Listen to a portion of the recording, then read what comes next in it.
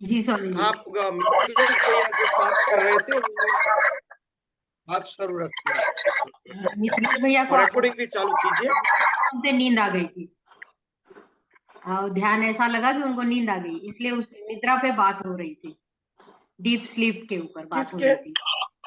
हाँ हाँ स्वामी जी ऑफ। ये विष्णु भैया है? नहीं नहीं स्वामी जी, मुझको नींद आई, मैं मिथलेश। अच्छा। हाँ, रिकॉर्डिंग सुना आपका और बीच में ही सो गया, और जब आपने ओम किया तब नींद खुली। तो इसी बात पर अभी हम लोग चर्चा कर रहे थे कि इतना डीप स्लीप आया, तो दीदी ने कहा कि आप लगता है कि ध्यान में चले गए थे। हम कहे नहीं नहीं, ध्यान नहीं था, ध्यान और निद्रा में मैंने अलग अलग, दोनों अलग अलग है। एकदम इस सत्य, आप सही है। हाँ, ज्यादातर लोग क्या करते हैं, नींद को ध्यान में समाहित कर देते हैं, क्योंकि ध्यान का उसको अनुभव नहीं होता है, तो वो फिर पकड़ के रखते हैं ना, मुझे ध्यान ही हो गया था। सही बात है, निद्रा और ध्यान दोनों अलग अलग चीज है, दोनों ही अलग चीज है। सही है आप, राइट। और निद्रा वृत्ति है, निद्रा वृत्ति है, उसको समाधि में उसलिए नहीं लिया जा सकता। जैसे जागृत एक वृत्ति है, स्वप्न एक वृत्ति है, उसी तरह निद्रा भी वृत्ति है। स्मृति, निद्रा, ये आपने पांच कहे ना, मैं भूल गया, बताइए हाँ प्रभु। हाँ हाँ, बहुत बढ़िया कह रहे हैं। प्रमाण, विपर्य, विकल्प, स्मृति और निद्रा, निद्रा, पांच। पांचों का अलग अलग अलग व्याख्या पतंजलि ने की है। तो पतली किताब है, बहुत सुंदर किताब है। पतंजलि जो गीता प्रेस से मिलता है, और बहुत ही सुंदर उसका उसकी व्याख्या है, और अब पढ़कर आनंद आ जाएगा। योग के विषय में सारे सवालों का उसमें जवाब है।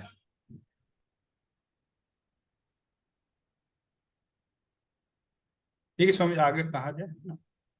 बढ़िया, बोलिए बोलिए प्रभु। ये पांच चूंकि चित्त की वृत्ति है, इसको क्लिष्टाक्लिष्ट भेद से, दो तरह का, क्लिष्ट और अक्लिष्ट, इस तरह से भेद करके और पांचों वृत्तियों के बारे में इसमें बताया गया है।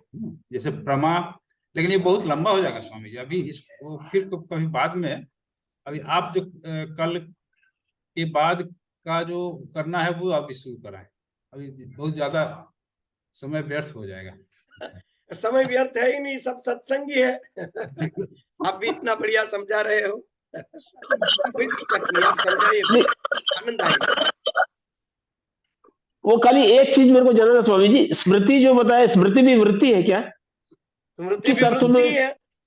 हाँ, भी है पांच। जिनसे जगत का आभास उत्पन्न हो और जिनसे ब्रह्म से हम अपने आप को अलग समझे, वो सबको वृत्ति कहा जाता है। मैं सामान्य भाषा से उसको प्रभावित कर रहा हूं कि भाई मैं परमात्मा नहीं हूं, मैं कुछ अलग हूं, ऐसा जैसी चीज से हमारे अंदर जो उत्पन्न होता है, उन सबको वृत्ति कहा जाता है। तो निद्रा भी वृत्ति है, जागृत भी वृत्ति है, स्वप्न भी वृत्ति है, स्मृति भी वृत्ति है, अपोहन, सब कुछ वृत्ति ही है।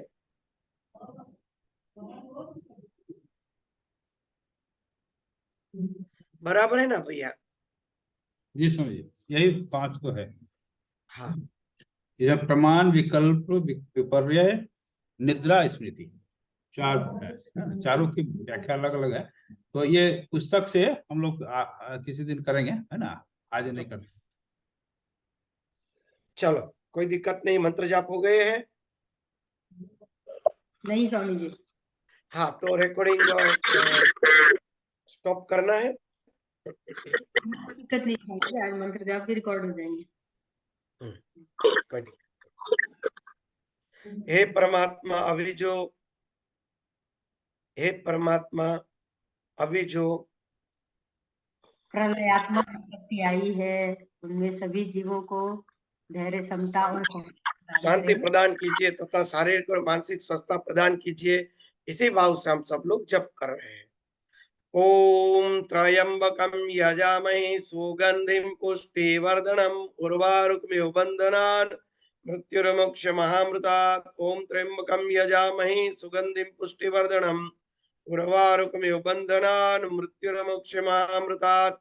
ओम त्र्यंबकम यजामहे सुगंधिम पुष्टिवर्धनम उर्वारुकमिव बन्धनान् मृत्युर्मोक्षमामृतात्। ओम त्र्यंबकम यजामहे सुगंधिम पुष्टिवर्धनम उर्वारुकमिव बन्धनान् मृत्युर्मोक्षमामृतात्। ओम त्र्यंबकम यजामहे सुगंधिम पुष्टिवर्धनम उर्वारुकमिव बन्धनान् मृत्युर्मोक्षमामृतात्। ओम त्र्यंबकम यजामहे सुगंधिम पुष्टिवर्धनम उर्वारुकमिव बन्धनान् मृत्युर्मोक्षमामृतात्। ओम त्र्यंबकम यजामहे सुगंधिम पुष्टिवर्धनम उर्वारुकमिव बन्धनान् मृत्युर्मोक्षमामृतात्। ओम त्र्यंबकम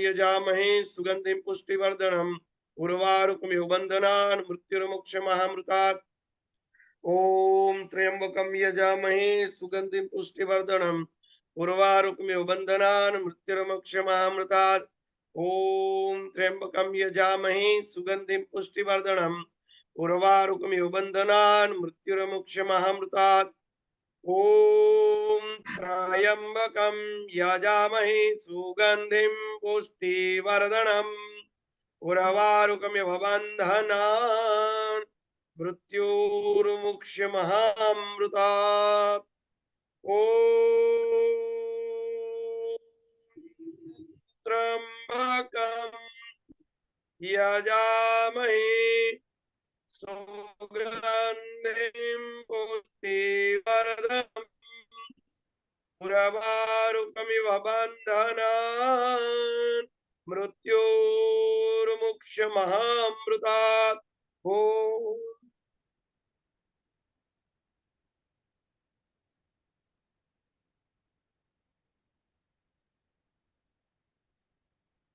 हरि ओम।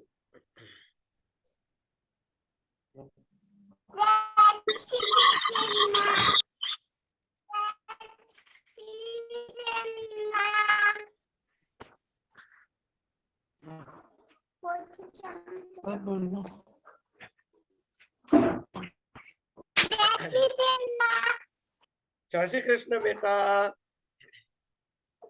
जय श्री कृष्ण।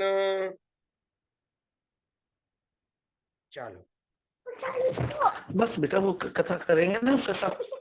बस अब वॉल्यूम बंद कर दो। चलो अब आज आप लोगों को बोलना है कि कल क्या आया था, कल कितना आप समझे, और जो बोलेंगे वो कैमरा ऑन करके बोलेंगे ताकि कितनी चोरी हो रही है वो पता चले। भटके बोल रहे हैं या बाजू में कोई और बोल रहा है कुछ तो पता चले। कैमरा ऑन करके स्पष्ट रूप से बात कर सकते। चलिए एक के बाद एक शुरू हो जाइए। चलो आशा दीदी, हम सबके बुजुर्ग है, आपसे ही शुरू करते हैं। बोलिए दीदी।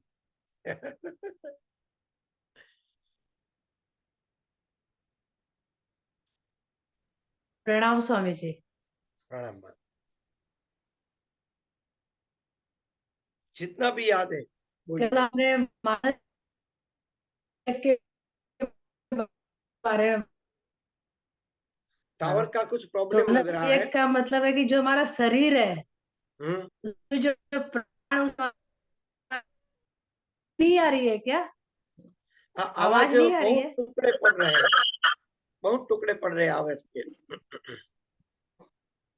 हाँ आप बोलिए तो पहले कोई और बोल दे, मैं बाद में बोल दूंगी। मैं बाद ना में ना, बोल दूंगी। आपका पहले एकदम कोई सही आवाज हो गया।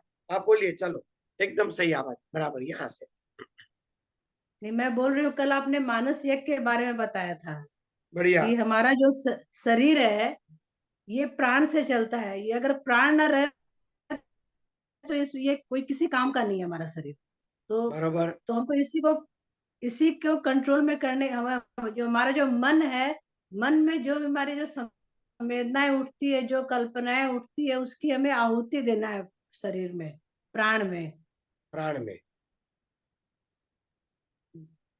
तो वही हमें, जब हम ध्यान लगाए तो हमें धीरे धीरे अपने विचारों को उसमें हमको आहुति देनी है। धीरे धीरे हमको ये अभ्यास निरंतर करते रहना, तब जाके हम एक स्थिति में स्थित हो पाएंगे। बढ़िया। तो फिर जब ये निरंतर हमारा अभ्यास चलता रहेगा, जब हमारे मन की आहुतियां इसमें लगती रहेगी, फिर हमें क्या करना है कि हमें अपने प्राण को और मन को जो है वो ले जा करके मूलाधार में स्थित करना है, हमें अपने एकदम बहुत नीचे बढ़िया। मूलाधार में स्थित करना है।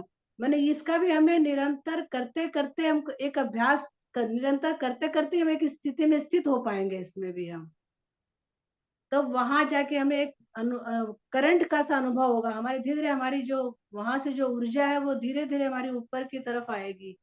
ये भी हमें निरंतर अभ्यास करेंगे तब हम जाके इसमें स्थित हो पाएंगे। बढ़िया। फिर हमें जो है उसके बाद जो हमें जो है हमारे शरीर, हमारे प्राण और हमारे मन को जो है वो हमें धीरे धीरे हमें अभ्यास करते करते हमें अब उसको प्रज्ञा में ले जाना, यानी बुद्धि में ले जाना हमें उसको। बराबर। फिर उसके बाद हमें उसको और भी अभ्यास करते करते हमें उसको आत्मा से मिलाना हमको, तब जाके हम कोई परमात्मा की हमें अनुभूति होगी। बहुत बढ़िया। तो ये हमें काफी समय लगेगा इसका हमको अभ्यास करने में। पहले हमको मूलाधार में जाके स्थित होना पड़ेगा, वो अभ्यास हमें निरंतर करना पड़ेगा। उसके बाद दूसरी सीढ़ी चढ़ेंगे, फिर उसके बाद हम तीसरी सीढ़ी चढ़ेंगे। ये इस तरह करके हम चौथी सीढ़ी पार कर पाएंगे। मुझे तो यही समझ में आया स्वामी जी। बहुत ही बढ़िया। चलो सुंदर। अब हेमा दीदी आप बोलो। एक एक नाम में बोलता जाता हूँ पढ़ के नीचे, आप बोलते जाओ। मुझे इतना ही ध्यान है कि अपना शरीर हवन कुंड है, उसमें सारी वृत्तियों को सबको ही आहुति देनी है, मन में सब विचारों वगैरह की सबकी आहुति देनी है। तो अग्नि क्या है? अग्नि प्राण है। सरस। शरीर कुंड है, अग्नि प्राण है, मन के द्वारा आहुति देनी है। फिर आगे बोलिए। बढ़िया। अग्नि बोल सकते। कोई दिक्कत नहीं। चलो सुमन दीदी आप आशा कह दीदी ने दो। बहुत अच्छा बोल दिया, मैं नहीं बोल। भले भले कोई दिक्कत नहीं, जितना भी याद रहा इतना तो याद रहा कि हमारी प्राणों के अंदर हमारे संकल्प की आहुति। बोलिए। जी, सबसे पहले तो यही ध्यान रखना है कि जो भगवान के लिए सब चीज हमें अर्पित करनी है वो हम खा जा रहे हैं, वो इसलिए हम दुखी है। बढ़िया। वो सबको भगवान को पाने के लिए सब कुछ अपना भगवान को ही अर्पण करना पड़ेगा।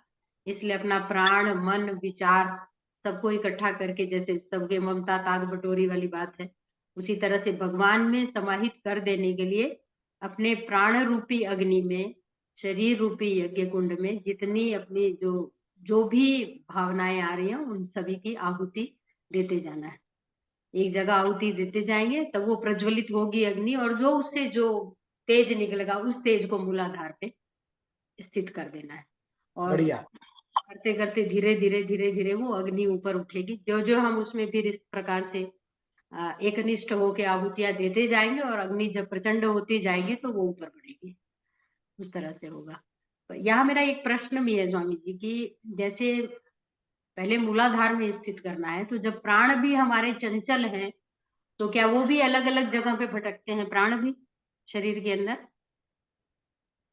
क्या कह रहे हैं आप?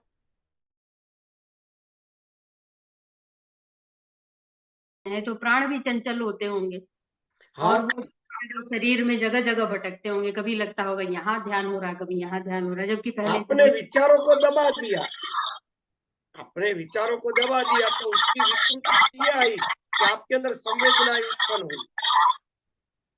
आपके वॉल्यूम में कुछ डिस्टर्ब है, मैं बोलता हूँ उसका सामने वो आ रहा है। हाँ हाँ। तो वो जो हम जब अपने विचारों को रोकते हैं, अपने संकल्पों को, विचारों को, अपनी कल्पनाओं को, इसमें शब्द बहुत बढ़िया रखा, कल्पना। जो विचार भी है, संकल्प भी है, सब कुछ है, सब कल्पना में आ जाता है। तो जो हमारी मन में उठती कल्पनाओं को हम रोकेंगे तो वो कल्पनाएं रुक जाने के बाद वो उठती हुई जो चेतना है कहीं ना कहीं तो प्रभावित होगी। तो मन में प्रभावित नहीं होगी तो प्राण में प्रभावित होगी। तो प्राण के अंदर मन में कल्पना के रूप में प्रकट होती है, प्राण के अंदर संवेदना के रूप में प्रकट होती है। तो प्राण में संवेदना के रूप में प्रकट होगी तो खुजली आना, पैर सुन्न हो जाना, चटपटी होना और व्याकुलता होना, नाड़ियां टूटना, कई दर्द शरीर में होने लगना, तो ऐसे अलग अलग प्रकार की विकृतियां प्राण में प्रकट। बहुत बढ़िया, आगे हाँ, चलिए। इच्छाएं शांत होंगी और फिर संवेदनाएं प्रकट होंगी, फिर संवेदनाओं को सहन करना। हम्म, ये आपने कहा कि संवेदना को सहन करके फिर मन को प्राण में, प्राण को बुद्धि में, यानी प्रज्ञा बन जाए, और प्रज्ञा को प्रज्ञा को समाहित आत्मा। कर। बढ़िया, सुंदर। अब फिर मुझे छठा अध्याय याद आ रहा था, क्योंकि छठे अध्याय में भगवान ध्यान के बारे में बताते हैं।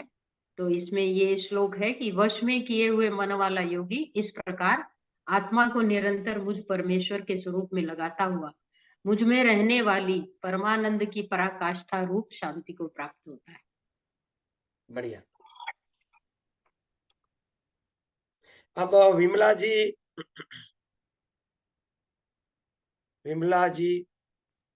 स्वामी जी कल मैं एब्सेंट थी। कल नहीं थे आप? नहीं आई थी कल मैं। तो फिर वीडियो क्यों नहीं देखा आपने यूट्यूब में?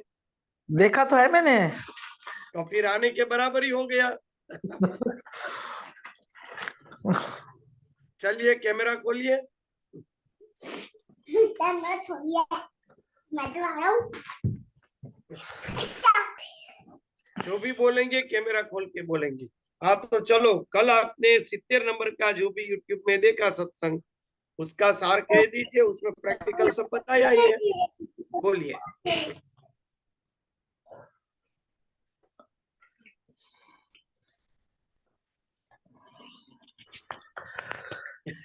जो भी हम खाना खाते हैं ना, जल वायु आकाश और पृथ्वी से ये बनी है, और जो हम खाना खाते हैं तो उसमें अग्नि में जब तक भोग नहीं लगाएं तो फिर वो बिल्कुल अशुद्ध हो जाता है।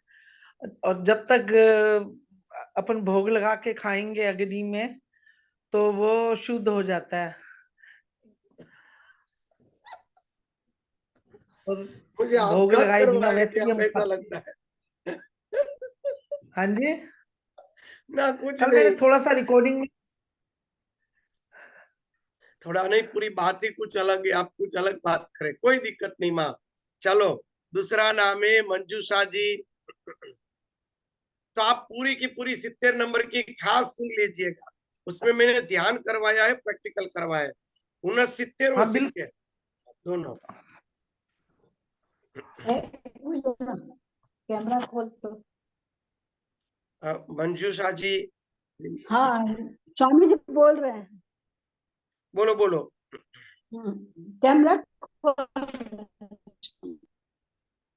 आवाज टुकड़े पड़ रहे हैं। हाँ, हेलो स्वामी जी। हाँ माँ। कल तो मैंने ये देखा कि मेरा मन एकदम शांत हो गया था स्वामी जी, और जैसे लग रहा था कि मैं एक जगह ही हो गई हूँ, मुझे कोई मतलब विचार ही नहीं आ रहे थे जैसे। आपके टावर में और बहुत प्राण प्रॉब्लम है, थोड़ा मन टावर में आप आ जाइए, टावर में बहुत ही प्रॉब्लम है। दूसरा, कल ध्यान में क्या अनुभव हुआ उसके बारे में कोई डिस्कस नहीं है। आपको क्या समझाया गया, पूरी मेथड, उसके बारे में सत्संग करना है। ध्यान में तो जो अनुभव है, पूरी मेथड क्या है, क्या करना है हम लोगों को, कौन से रास्ते पे आगे बढ़ना है, उसके बारे में बोलिए। हाँ स्वामी जी, वो ऐसा है कि मन और प्राण हम लोगों को एक ही जगह रखना है, और मूलाधार चक्र के कमर तक जाता है, उसके बाद हम धीरे धीरे उठते हैं स्वामी जी। और आगे जाने के बाद जब हम आते हैं ऊपर, तब अपने मन को और प्राण जाते हैं, हम आगे बहुत आपके टावर का थोड़ा प्रॉब्लम है। चलो, उसके बाद बहुत टावर का प्रॉब्लम है कुछ तो। चलो राधिका जी, ठीक आप है बोलिए। स्वामी जी, मैं कल फिर बता दूंगी। हाँ, आप टावर जय में श्री थोड़ा कृष्ण स्वामी। थोड़ी देर में आ जाइए, तब तक राधिका जी के साथ बात कर लेते हैं। जय श्री कृष्ण टावर के स्वामी। बहुत टुकड़े पड़ रहे हैं। हाँ बोलो। प्राण को विश्व चेतना में होम करना है। और विश्व चेतना मतलब परमात्मा, तो प्राणों को परमात्मा में विलीन करना है और मृत्यु को कब? छोड़कर स्वामी जी सुना। सीधा है, प्राण को विश्व चेतना में आहुति देने की बात नहीं है। पहले क्या करना है, यज्ञ कुंड क्या है, अग्नि क्या है, होमने वाला कौन है, वो बताइए। कल मन है होमने वाला, आहुति देने वाला मन है। बढ़िया। और प्राण में आहुति अग्नि देनी है। कुंड कौन है? अग्नि शरीर प्राण, शरीर अग्नि कुंड है। शरीर प्राण अग्निकुंड है, शरीर अग्निकुंड है, प्राण अग्नि है, राइट, बराबर, प्राण अग्नि है। बढ़िया। और फिर मन, आगे मन आहुति देने वाला है। किस चीज की आहुति देगा? जो भी हमारी संवेदना कल्पनाएं उठती है उनकी आहुति देनी है। बहुत ही बढ़िया। फिर आगे क्या होगा? और फिर कल्पनाओं की आहुति देंगे, फिर धीरे धीरे संवेदनाएं उठेगी, फिर संवेदनाओं की हाँ, भी आहुति देनी है। बढ़िया। उसके बाद धीरे धीरे हमको अपने प्राण को मूलाधार चक्र तक ले जाना है, बहुत बढ़िया। जो कि हमारे पीठ के पीछे मतलब पीछे है, 4 उंगल ऊपर, कुछ ऐसा बताया स्वामी जी आप, 4 उंगल ऊपर, हाँ है हाँ ना? हाँ, कोई मूलाधार, दिक्कत नहीं। मूलाधार से मूलाधार यानी कि वहाँ हमारी जो करोड़रज्जु है उसका पीछे अंतिम मणका, उसको अंतिम मार्ग, मूलाधार कहते हैं। फिर वहां पे उसको प्राण को स्थित करना है ले जाके। उसके बाद हमको धीरे धीरे धीरे फिर अपने आप को मतलब मृत्यु को छोड़कर अमृत को प्राप्त करना है। अमृत यानी ब्रह्म, मतलब ब्रह्म से मिलना है, हमें ब्रह्म बनना है। बाकी आशा दीदी ने बहुत अच्छे से सीरीज से समझा दिया था, मुझे उतना अच्छा नहीं आ रहा। और आपने भी बढ़िया समझा है, कोई दिक्कत नहीं। चलो अब उसके बाद कौन है नाम? सरिता जी। सरिता जी, ओम कई बार शांति स्वामी जी स्वामी जी। चीजें समझ में आ जाती है पर समझा नहीं, हम बोल नहीं पाते स्वामी जी। कई बार ऐसा होता है कि चीजें बोल नहीं पाते ना हैं। ना, आपने बढ़िया समझा है, कोई दिक्कत नहीं। आपने एकदम पद्धति से समझा है, इसलिए मैंने क्रम आपको याद करवा दिया ना, बाद में आप बराबर से आ गए।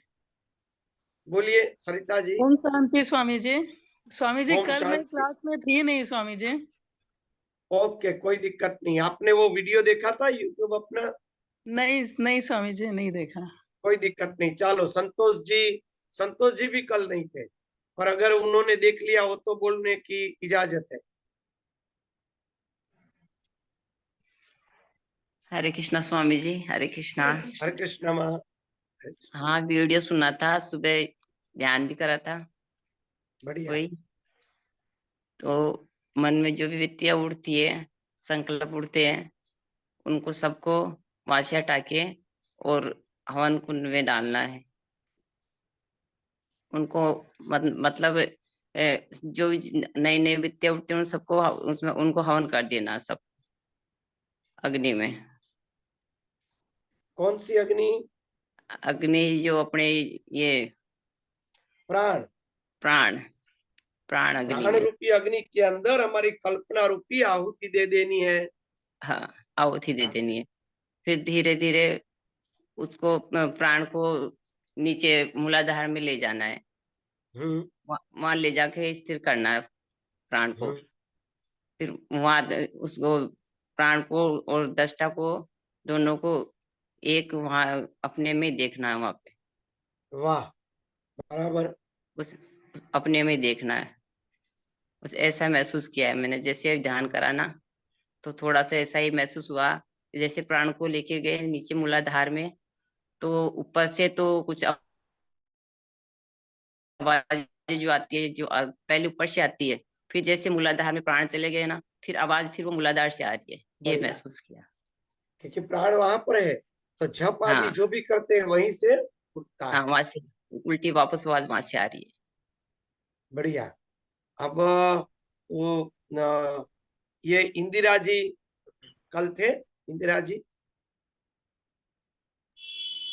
जय श्री कृष्ण स्वामी जी। मैं नहीं थी कल, जय श्री कृष्ण। मुझे ओके, फीवर हो रहा था, कोई बुखार हो दिक्कत रहा था, नहीं। तो उस वजह से मैं थी नहीं, मैं बोल नहीं पाऊंगी, क्षमा चाहूंगी। ना कोई दिक्कत नहीं, जो थे उसके लिए है। तो इसमें वो आरती दीदी मुंबई वाले वो थे या वो भी नहीं थे? जी स्वामी जी, मैं नहीं थी, लेकिन मैंने थोड़ा रिकॉर्डिंग देखा बोलिए। और ट्रेन में ट्राई किया ध्यान करने के लिए, और मैं ये समझ पाई कि जो संकल्प विकल्प उठते हैं उसको श्री कृष्ण अर्पण, मतलब अपना हवन रूपी कुंड में, प्राण रूपी अग्नि में हवन करना है, श्री कृष्ण अर्पण बढ़िया। करके। और उसके बाद जो संवेदनाओं शरीर में उठती है उसको बेर सहन करना है, और अपने प्राण को मूलाधार, मतलब मूलाधार तक लेके जाना है, और उसके बाद जो होता है वो देखते रहे। बढ़िया, सुंदर। अब दूसरे ये शशि जी, शशि मिश्रा लिखा है, वो कल थे? थे। बोलिए।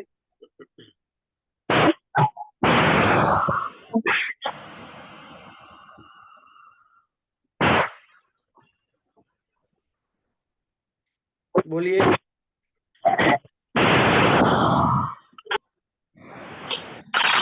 स्पीकर में गड़बड़ है कुछ, आवाज कोई नहीं। दिक्कत नहीं। ओके, कुछ आवाज आ रही है बहुत। तो अब माधुरी जी,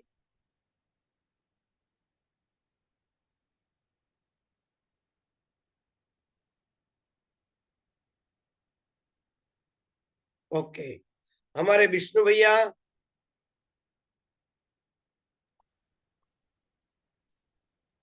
प्रणाम भैया, बोलिए बोलिए। कल मैं था नहीं और रिकॉर्डिंग में सुनी नहीं, पर वो वही कह रहे हैं जो आप नहीं होगी कि ध्यान में जो है वो जो वृत्तियां हैं उसको प्राण की आहुति में, प्राण की अग्नि में उसको वृत्तियों को डालना है।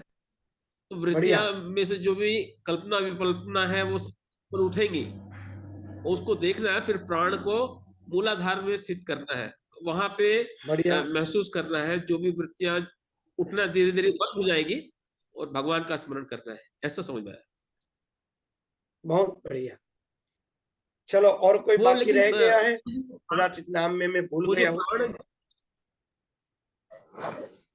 जी स्वामी जी, प्रणाम। प्रणाम एक स्वामी मिनट, जी। विष्णु भैया बोल रहे हैं। प्रणाम, आप बोलो विष्णु भैया। वो मुझे थोड़ा सा मैं क्षमा चाहूंगा, वो प्राण को कैसे ले जाएंगे मूलाधार में, प्राण में वृत्तियों को जलाएंगे, अगर होम करेंगे मन वृत्तियों का। पूरा का पूरा है ना, वो पूरा का पूरा वो वीडियो देख लीजिएगा, उसमें सामने बैठा कर शांति से बहुत डीप में मैंने समझाया है, बहुत डीप। ठीक है स्वामी, ठीक। फिर उसकी चर्चा करेंगे कल, आप उसको प्रश्न कर सकते हो उसके ऊपर, जो भी प्रश्न है। ठीक है स्वामी, ठीक। हाँ, ये प्रमिला जी। जी स्वामी जी, प्रणाम। प्रणाम स्वामी भैया, जी, बोलिए।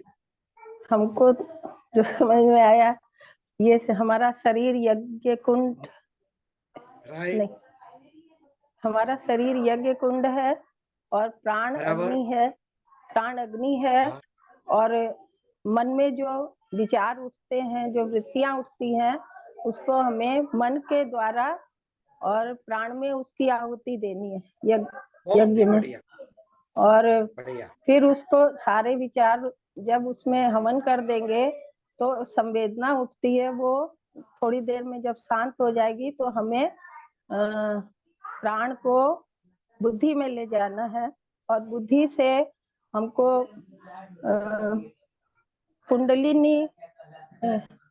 कुंडलिनी के द्वारा आपने बताया था सुषुम्ना नाड़ी से ध्यान करना है इसका।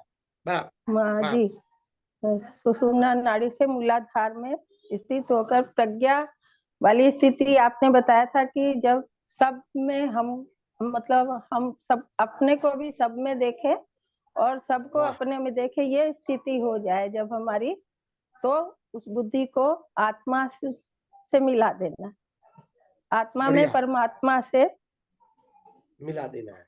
बढ़िया। जी जब वो मूलाधार से धीमे धीमे जैसे उठते जाएंगे, ऊपर जी हमारी चेतना चलती जाएगी, इस जी प्रकार से हमारी प्रज्ञा बढ़ती जाएगी और अंत में परमात्मा में हम मिलेंगे। परमात्मा से मिल जाए। हाँ। ये माधुरी दीदी कुछ कहना चाहते हैं?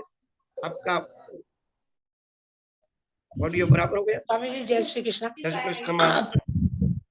वो कल हमारी सिस्टर इन लॉ की एक्सपायर हो गई, तो मैं वहां पे थी, मैं नहीं ले पाई क्लास, और रात को भी नहीं, पूरा बस वही दिमाग में घूम रहा है उनकी लाइफ, इसलिए मैं क्लास रिकॉर्डिंग भी नहीं सुन पाई। कोई दिक्कत नहीं, आज सुन लीजिएगा आप, बराबर है ना, कल बात करेंगे। और कौन रह गया है? किसी का नाम बाकी हो तो आप आगे आ जाइए। मिथिलेश भैया। हाँ मिथिलेश भैया पहले देरी से आए थे वॉल्यूम बंद है आपका हमको लग रहा था कि हमको भूल गया है, तो अच्छा है। अरे ना ना ना अभी एक नाम ऐसे लाइन में पढ़ रहा था बोलिए बोलिए भैया। तो जो जितना सुने, जितना समझ में आया, सबसे तो पूरा सुन नहीं पाया, लेकिन जो अनुभूति और जो सुने उसमें, जैसा आपने कहा कि यह शरीर ही हवन कुंड है, इसके पंच प्राण, पंच अग्नि, और इसमें प्राणों से हम अपने विचारों का हवन करते हैं, और इसकी उपलब्धि क्या होगी कि करने वाला मन है, और मन इतनी कल्पनाएं करे, सबको इस अग्नि में हवन करना है, और इसके पूर्व आसन का है कि आराम से कहीं पर बैठना है, बैठने के बाद सब यह क्रिया शुरू करनी। और जब मन शांत हो जाए इस क्रिया से, इस प्रक्रिया से जब मन शांत हो जाता है, तब इसे मूलाधार में स्थित करना है, जहां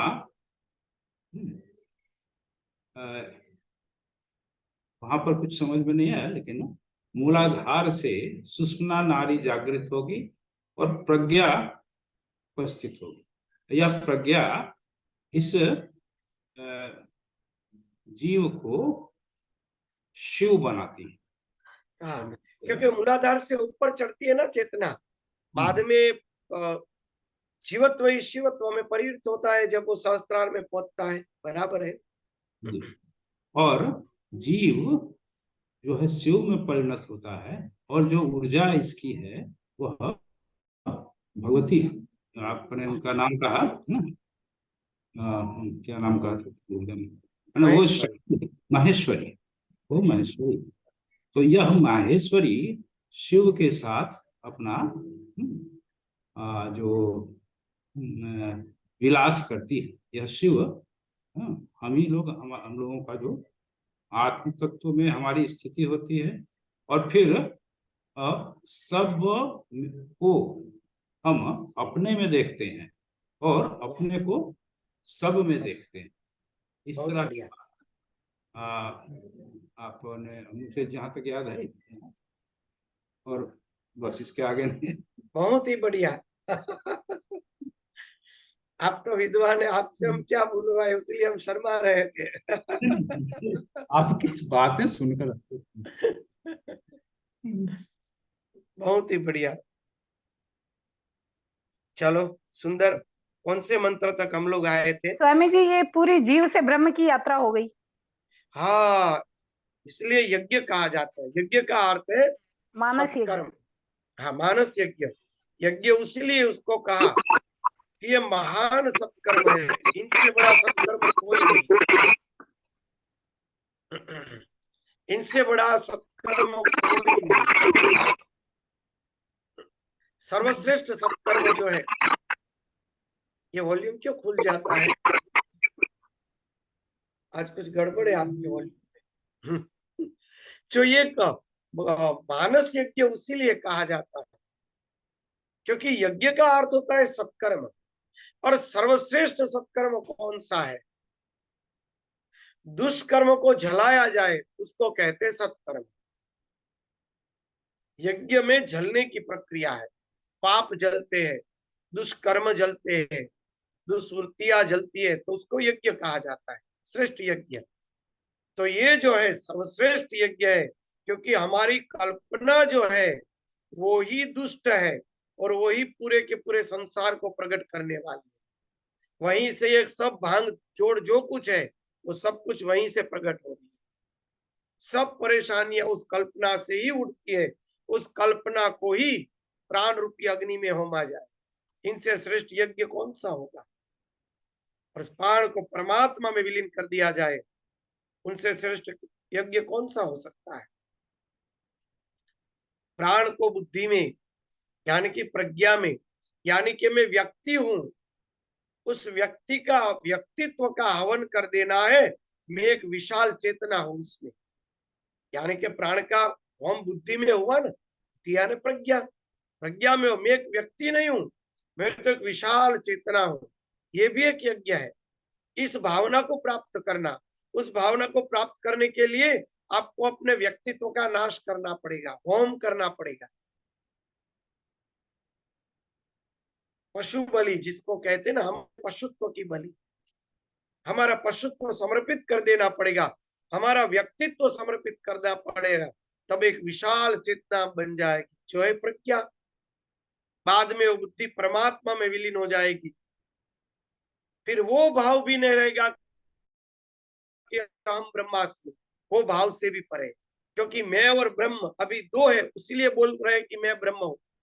बाद में बोलने जैसी स्थिति ही नहीं रहेगी, केवल ब्रह्म स्वरूप में स्थिति हो जाए। तो एक महान यज्ञ है। इनसे बड़ा महान यज्ञ कौन सा हो सकता है? ये सर्वश्रेष्ठ यज्ञ है। और मानस केवल मन का आधार लेकर कर सकते हैं, कितनी बड़ी बात है। इसके मेन आधार है मन, केवल मन को लेकर। जिस प्रकार से बीज आपने धरती में बोया, तो जब तक वो बीज अपने अस्तित्व का नाश नहीं करेगा, तब तक उसमें से बीज का अंकुर प्रकट नहीं होगा। जैसे ही अंकुर प्रकट होगा, बीज का अपना व्यक्तित्व नाश हो जाएगा, हो जाता है ना नाश। बाद में बीज नहीं मिलता है, वो धान्य आपको नहीं मिलेगा अंकुर का स्फुरण हो जाने के बाद। सिर्फ ऊपर का खोखा होगा, ऊपर का छिलका होगा, अंदर का जितना भी मसाला है वो वृक्ष के रूप में बाहर निकल के फट के बाहर निकल जाएगा। जब तक वो बीज अपने अस्तित्व का नाश नहीं करता है, तब तक वो विशाल वृक्ष नहीं बन सकता। उसी तरह जब तक हम अपने व्यक्तित्व का यानी प्राण का लय नहीं करेंगे, तब तक बुद्धि प्रज्ञा के रूप में स्थित नहीं होगी कि मैं एक विशाल चेतना हूं, मैं व्यक्ति हूं ही नहीं। विशाल चेतना, एक व्यक्तित्व में इतना आनंद है, विशाल चेतना बन जाएंगे, कितना आनंद होगा वो तो सोचो, कितना आनंद होगा। इसी को कहते हैं सत्कर्म। कोई प्रश्न है तो पूछ सकते हैं।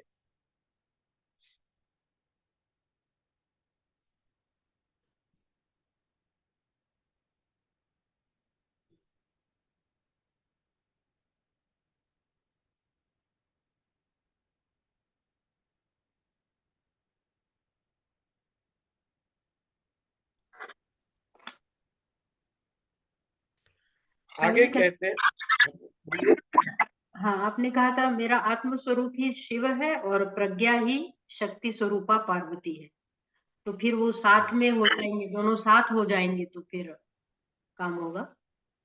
मैं ब्रह्म हूँ, तो बहुत ही बढ़िया प्रश्न है। चलो, हमें अगर अपने बाल संवारने, मुंह देखना है तो हमें आईने की जरूरत पड़ेगी।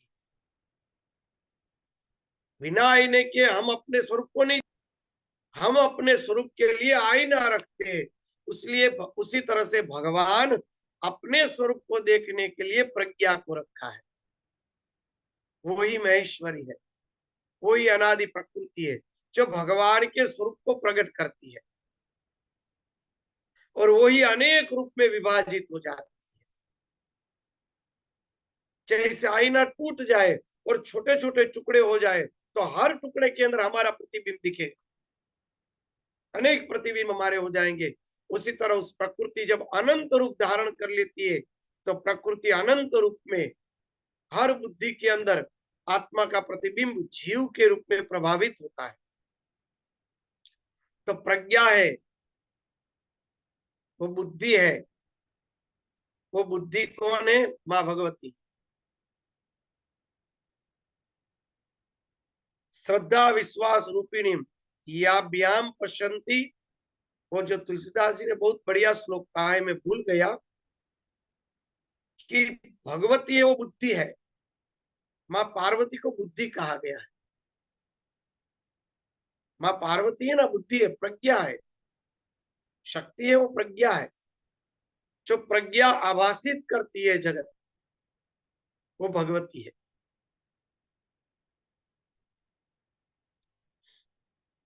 और कोई बात? इसमें मानसिक यज्ञ से एक ही श्लोक बाकी रह गया होगा स्वामी जी। 57 तक आपने कर दिया था और कहा था कि 48 से लेकर 58 तक ये मानसिक यज्ञ है। हाँ, वो सब श्लोक आ गए। जीवन तो बाद में वो जीवन मुक्त हो जाता है और मृत्यु पर्यंत मोक्ष को प्राप्त कर लेता है। भगवती को भजता है, वह सब प्रकार से कृतकृत्य है।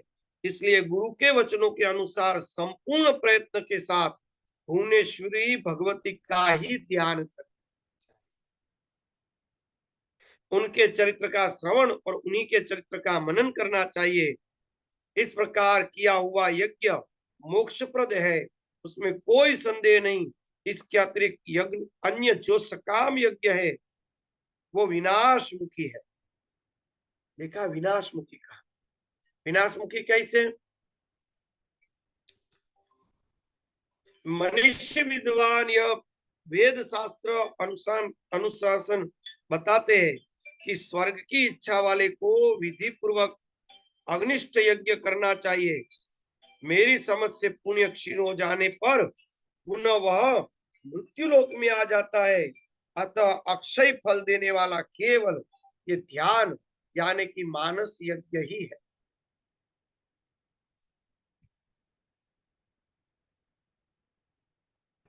ये मानस यज्ञ ही अक्षय फल देने वाला है। भगवान का ध्यान ही अक्षय फल देने वाला है। बाकी कितने भी यज्ञ सकाम करेंगे तो स्वर्ग को प्राप्त होंगे और अंत में मृत्यु को प्राप्त होंगे, कष्ट को प्राप्त होंगे। चलो 3 बज गए। और 6:1 और 6:2 ये 2 मंत्र तक हम आए हैं। कल विस्तार से लेंगे। चलो, हरिओम। प्रणाम स्वामी जी। हरिओम। प्रणाम स्वामी जी। प्रणाम स्वामी जी। प्रणाम।